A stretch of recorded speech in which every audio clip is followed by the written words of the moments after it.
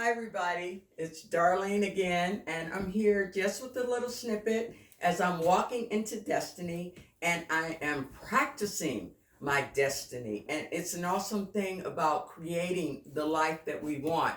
We have to begin to envision it and embrace it and encompass it long before we ever see the full manifestation of it. And I have learned to do that the hard way. For many years in my life, I was driven by an ugly, ugly monster called perfectionism. And that disease, it drove me to a place where I had no ability to accept myself, let alone love myself. And the thing about perfectionism is sometimes it sounds like a compliment, but it's anything but that.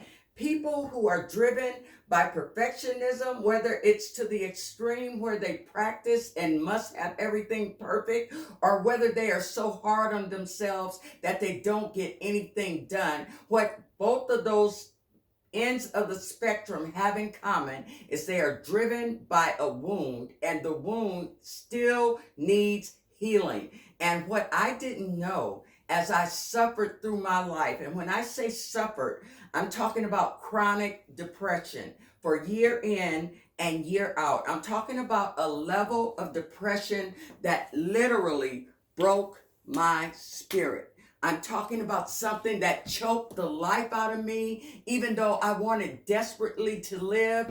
The way I was treating myself on the inside out made it impossible.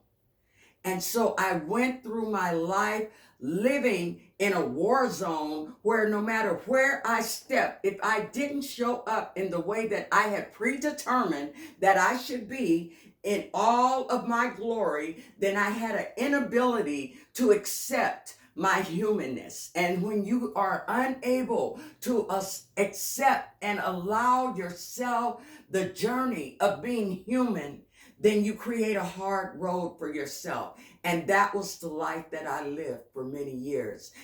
But what I had was a God who loved me. What I had working in my favor was access to grace. And I don't know how anybody else thinks of grace, but for me, grace has been a lifesaver. Grace has been the transformative power of my life that has allowed me to stand here today and claim my destiny even after all these decades. Not only that, but it's that same grace that allows me to feel just as good about where I am and moving into my purpose and moving into my destiny as if it had happened 30 years before. Because what I understand about the God that I love, the God who loves me, is that I am exactly where I'm supposed to be on any given day. And when I can receive that, then I have access to changing my life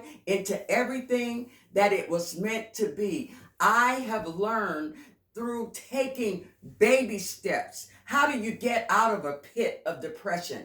You start by taking baby steps. The same way you eat an elephant, one bite at a time. You cannot consume the whole elephant at one time. You have to break it off into pieces. And so I'm a big proponent of you start where you're at and you do what you can and you learn to have an interpersonal dynamic where you validate every step you are taking towards fulfilling the purpose of your soul, towards fulfilling your soul's destiny.